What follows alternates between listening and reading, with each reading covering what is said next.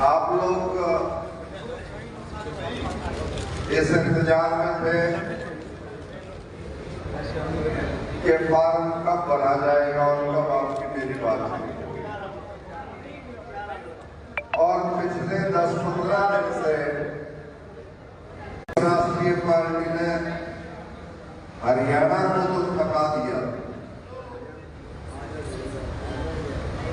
और इन हालात के अंदर एक बहुत भारी दबाव था कि इस पार्टी से अलविदा कर दिया जाए।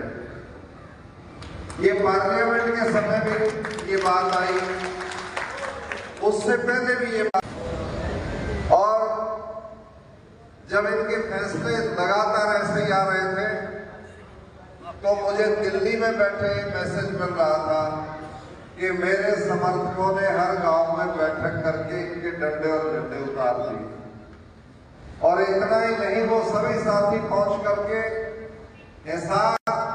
मकान से भी उन्होंने अपने डंडे झंडे उतार दिए और मुझे मैसेज दे दिया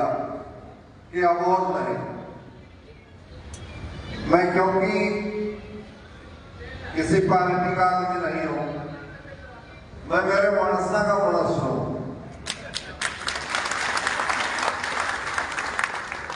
तो जब मेरे मानसा की राय ये हो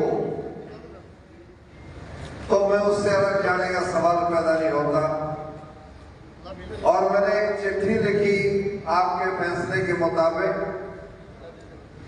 जो चिट्ठी मैंने जगत प्रकाश नड्डा को, नरेंद्र मोदी को, अमित शाह को और उन्होंने भाइयों का तो जिक्र के करो, ये तो उन्हें बेबे वर्गे हो रहे हैं। बहुत हाथ जोड़ के रह गए, बाकर काम करके टिकाऊ जबान के तो लवे दौरे बने रहे। तो इसलिए मैंने ये चिट्ठी उसमें ये लिखी कि जब आपसे बातचीत होकर के हमने एक परिवर्तन की बात सोची थी और उस परिवर्तन की बात में जो सब्जबाग आप लोगों ने दिखाए थे, 10 साल से मैं देख रहा हूं कि आप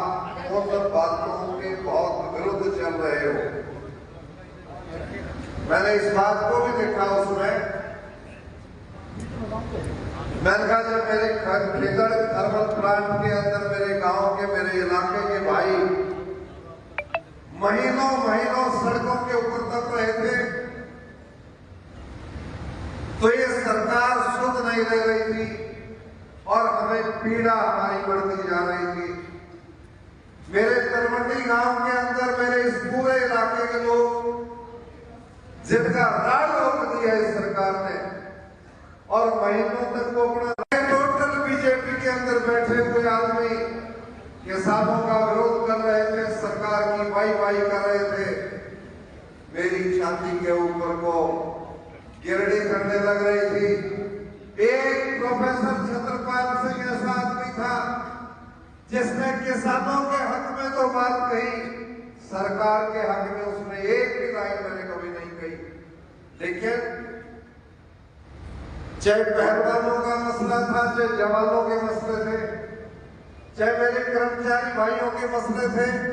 चाहे उनकी ओल्ड एज पेंशन स्कीम की बात थी, वो सारे मसले इस देश के अंदर इनके सामने खड़े रहे और ये चाटुकार पार्टी के लोग सरकार की चाटुकारिता में लगे रहे और इन आवाजों को दबाने का काम किया। बुजुर्गों और नौजवान साथियों, मैंने उनको कहा कि आपने मेरे 2 विधानसभा के चांस छीने, आपने मेरे 2 पार्लियामेंट के चांस छीने, शायद इसलिए कि ये आदमी असेंबली और पार्लियामेंट के अंदर होगा तो इसकी आवाज को सुनना पड़ेगा और ये देश और हरियाणा के पटल के ऊपर खड़ा होकर के बोलेगा, इसको रोका नहीं जा सकता है। मात्र इसलिए कि बोलने वाला सही आदमी हाउस में ना जाए, इनके चाटुकार और हाथ उठाने वाले आदमी जाए, इस बात को लेकर के हमें ये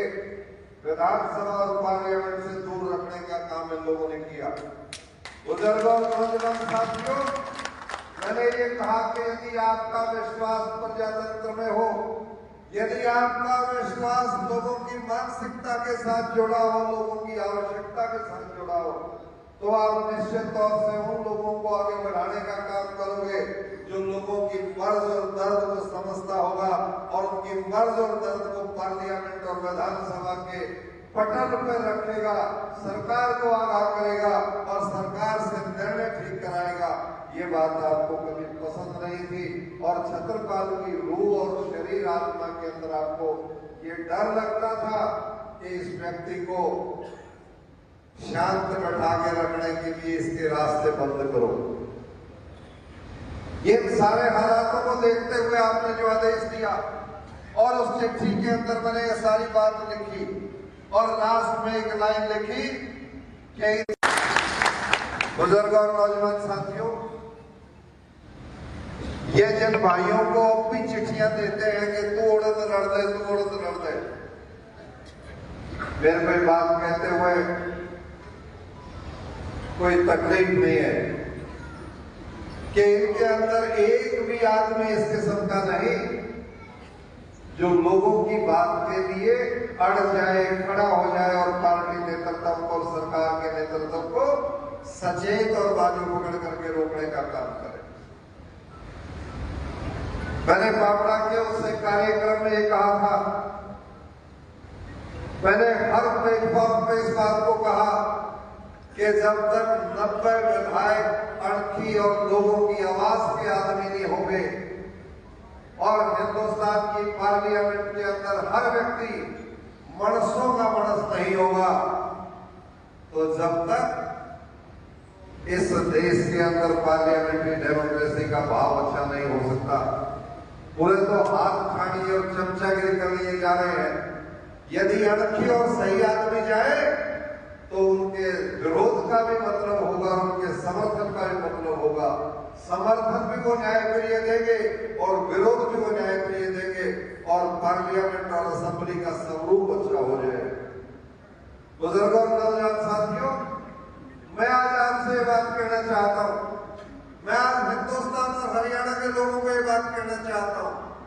कि इनका यदि कोई प्यार और आस्था यदि कहीं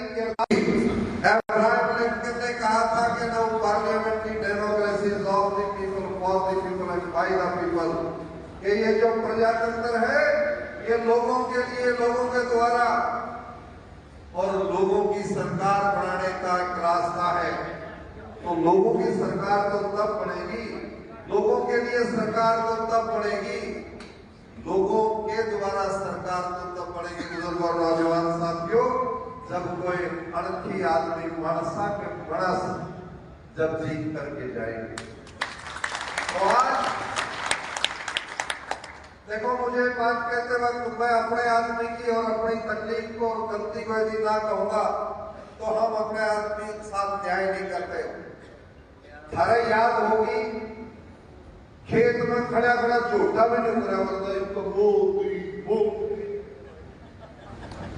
क्या करते कि और मेरे छोकर से ऐसा काम हो रहा था, छत्रपाल कल्ला ही खड़ा रह गया तो देश को भाज दिया। खेत में खड़े खड़े बोलती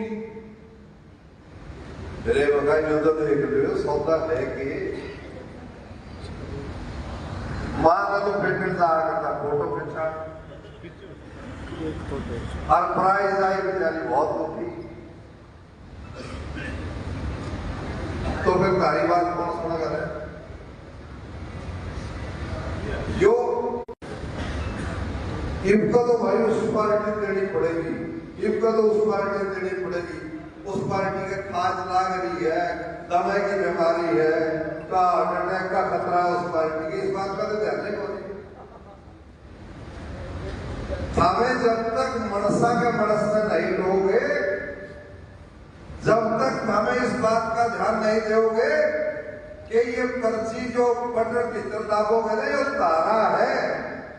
या बड़ी तारी है, जो दिमाग भी तारा है, जो फैसला भी तारा है,